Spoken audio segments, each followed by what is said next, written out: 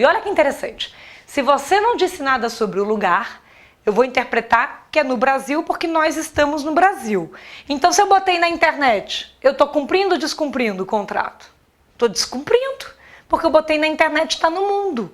Então toda vez que eu já quero colocar para exploração e distribuição um conteúdo que é digital na internet, eu já tenho que ter deixado claro que o lugar é global, né? Que é âmbito mundial, âmbito na rede mundial de computadores, âmbito em mídias digitais, que hoje em dia não é só mais computador, envolve celulares, envolve tablets, e esse detalhamento tem que estar previsto.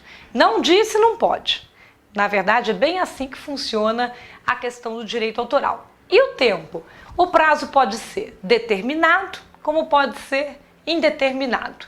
Tem sido comum, se não falar nada, você não falou nem quanto tempo que vai durar, e nem que vai durar por prazo indeterminado, que é para sempre, você restringir até 5 anos.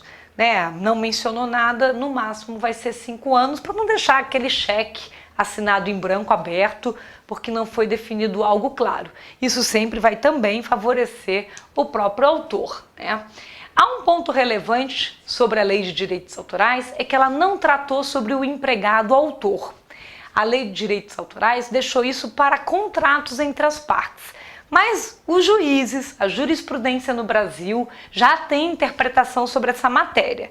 Entende-se que, se o empregado autor ele tem como modelo descritivo da sua atividade criar, ele é jornalista, ele é fotógrafo, ilustrador, desenhista, aquilo que ele cria dentro do contrato de trabalho, sob comando e solicitação da empresa que o contrata, sob encomenda, é do contratante, é da empresa, não é dele. Ele tem só qual direito que a gente já falou?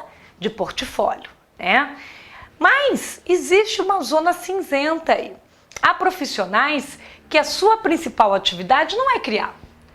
Será que se a pessoa é alguém que está na equipe de atendimento de uma agência, está claro que o que ela cria é da agência? Então é por isso que hoje as empresas colocam cláusula de cessão de direitos autorais nos contratos de trabalho, nos contratos de prestação de serviço.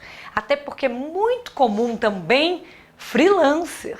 Cresceu aquela contratação de um trabalho provisório, que eles chamam de por projeto, que eu não estou fixo, não tenho um registro em carteira nem nada que presumiria vínculo empregatício. Quando presume esse vínculo e a atividade já é para criar, é totalmente do patrão, do empregador, aquele conteúdo criado. Tem alguns profissionais no mercado que são contratados para desenvolver um software, mas aí ele tem outra ideia, uma ideia mais legal, que ele resolve fazer em casa, que ele não está fazendo durante o horário de trabalho, nem sob solicitação daquele chefe. Então aquela outra ideia que ele fez em casa, que não tem nada a ver com aquele âmbito de trabalho, é dele. Né? Porque senão também você é um profissional, funcionário, criador, então tudo que você pensar já é do dono, já é do patrão, né? Já é do empregador. Também não é assim, ficaria desproporcional até pelo aquilo que você ganha de remuneração. Às vezes o que você produziu vai valer muito mais. Mas se você fez, de novo, sob a batuta de um contrato de trabalho e o que você está fazendo foi encomendado por alguém, não é seu. É de quem está pagando. E se você quiser usar também, você pode combinar com o seu contratante. Isso é muito comum no mercado jornalístico, dos artigos assinados, né, que seriam artigos feitos por articulistas ou matérias especiais feitas por jornalista, em que ele diz para o veículo que ele também quer poder vender aquele artigo, aquela matéria depois, para outro, não ficar limitado ali. Mas isso tem que ter sido combinado antes, senão, como aquilo foi por encomenda, você não poderia estar fazendo um outro uso, né? Então, só para recapitular, essa parte é super importante, porque cada vez mais na sociedade do conhecimento, todos nós estamos sendo pagos para criar. Difícil alguém dizer que passou o dia inteiro sem escrever nada, né? Sem ter que ter nenhum tipo de ideia a respeito de nada. A gente saiu já daquele modelo da sociedade industrial, em que nós estávamos sendo pagos para apertar parafuso, coisas mais mecânicas, mais manuais, no sentido de que não se colocava um pensamento intelectual, uma criação. Então, para a era que nós vivemos hoje, que tem de ser assim para frente, é importante, cada vez mais, a regra está clara, né? Porque, de novo, se a regra não está clara, sempre vai interpretar em favor do autor, né? Só para a gente complementar essa parte, é sempre importante destacar que tem alguns artigos na lei que são específicos. A Lei de Direitos Autorais tem o artigo 36 que fala só sobre produção jornalística. É muito comum em jornal, quando eu faço um jornal inteiro, é uma obra coletiva. E existe o titular da obra coletiva, que é o empregador, que é o veículo. E cabe a ele receber, auferir os ganhos da venda daquela obra coletiva e repassar ou não, dependendo se o modelo for de pagar fixo ou variável. Se eu já paguei fixo, um salário para aquela equipe, eu não tenho mais que pagar nada. Se eu combinei um variável, ó gente, quando eu vender, quando voltar eu distribuo uma porcentagem aí, tem que ficar claro que porcentagem é essa que está combinada. Então o artigo 36 da lei trata especificamente sobre criação jornalística. E na publicidade? Isso também é bem interessante. Tudo que é criado por uma equipe de criação numa agência é do seu empregador, da agência.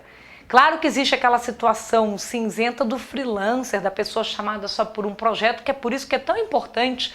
A gente sabe que existe, digamos assim, uma certa prática sem formalidade, né, na publicidade, mas a troca de um e-mail em que ele diz: vou precisar de você, fulano, para o projeto tal, você vai precisar desenvolver para mim isso, essa mensagem, esse e-mail é considerado um contrato entre as partes. Ali já disser qual é o projeto, o que quer que você faça, qual é o prazo e quanto que vai te pagar, já está bem claro naquele documento, ele se resolve entre as partes, como tendo deixado claro qual que é a relação de pagamento de direitos autorais sobre aquilo. E normalmente a agência tem um contrato com o anunciante e ali ela coloca uma cláusula de cessão de direitos autorais patrimoniais, aonde ela não só faz a cessão, e por isso ela recebe o dinheiro do anunciante, como responde por qualquer infração de direito autoral de terceiro.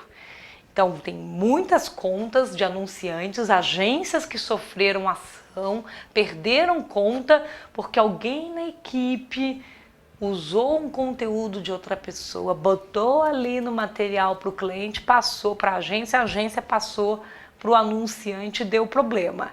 Então é importante ter esse cuidado e às vezes, para quem é chefe que tem equipe que cria, custa nada, né? Dá uma olhadinha na internet, será que a pessoa que criou aquilo mesmo, será que não tem nada muito igual, né? Porque o parecido, a semelhança, a gente vai ver que ainda dá para discutir na hora que fala de plágio, mas às vezes tem coisas que é cópia total, que a pessoa botou igualzinho, que pegou a foto e colocou ali no meio para a oferta publicitária, e tem restrição nesse sentido. Essa parte nossa de introdução sobre a lei é importante destacar a produção colaborativa. Por quê? O que significa produção colaborativa? Mais de um autor, é coautoria. E, em princípio, às vezes a gente tem uma ideia e fala: dá uma olhadinha aqui para mim, dá uma olhadinha, vê o que você acha, vê se você pode melhorar um pouquinho. E a pessoa mexe. E depois aquilo fica uma coisa super legal. Quando você recebe algo, ele vem dizer: é meu também. Ué, você deixou claro que aquela olhadinha, aquela mexidinha dele não ia ganhar nada? Se não deixou e ele colocou a mão, acaba tendo direito a ganhar também.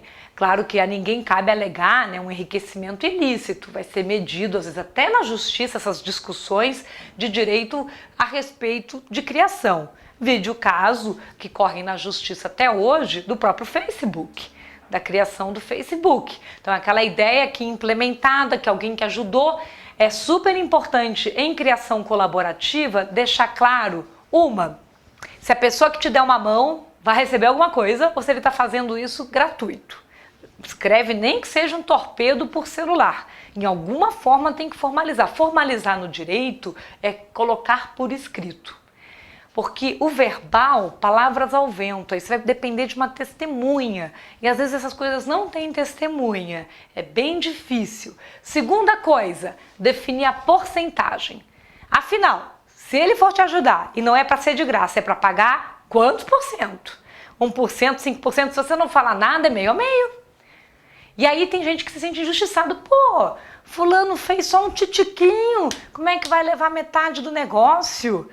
Voltamos para a explicação da aula. Tem que deixar claro, senão sempre vai interpretar em benefício do autor. Como colaborativa, obra colaborativa, você tem vários autores, isso tem que estar combinado previamente, senão dá bastante dor de cabeça.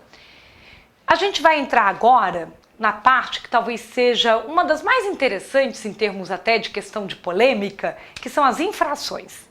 Quais são as infrações relacionadas à lei em vigor de direitos autorais, que talvez agora você ouvindo vai pensar, ixi, eu acho que eu tenho infringido um pouquinho essa lei de direitos autorais e que dor de cabeça que isso pode dar. Para falar das infrações de direitos autorais, então todas previstas na lei de 98, é importante uma reflexão. Se, para eu proteger o autor, eu trouxe para ele a prerrogativa tanto de proteger o direito moral dele, como patrimonial, e a partir daí o que ele não me disse, eu preciso pedir autorização prévia, se não tiver claro, então seria lógico imaginar que a principal infração de direito autoral é fazer uso sem ter autorização. Então, para isso é chamado contrafação. A contrafação pode ser tanto da obra completa, como apenas de uma parte dela. A diferença de contrafação para plágio, que já vamos ver, é que o plágio é um assemelhado, ele não é idêntico. A contrafação é idêntico no todo ou idêntico em partes, não é assemelhado.